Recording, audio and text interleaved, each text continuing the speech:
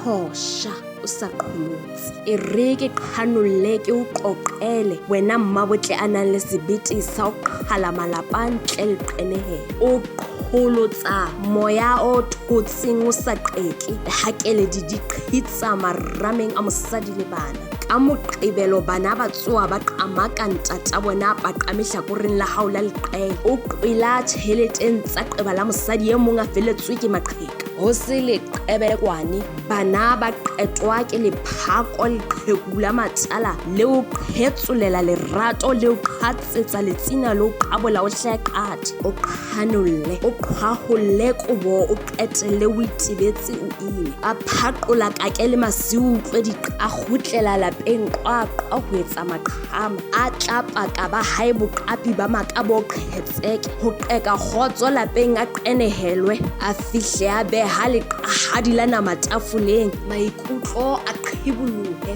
wena o setse qhifeqhifeng o qhoma saletsetse qemeng la mesebetsi ka mpa o qaputsa o elwana o le monya difaqane utlwa bohloko ba seqha seo o kileng wa se hloma qebeng la mosadi e mong qheku la matsala le thabile le qoqopela qoqwa o qhaqhasela o besa diqo le o qhekanyeditse leqhekwana se qhiletse malapeng a baba Qhosha ka ba hao botle o sa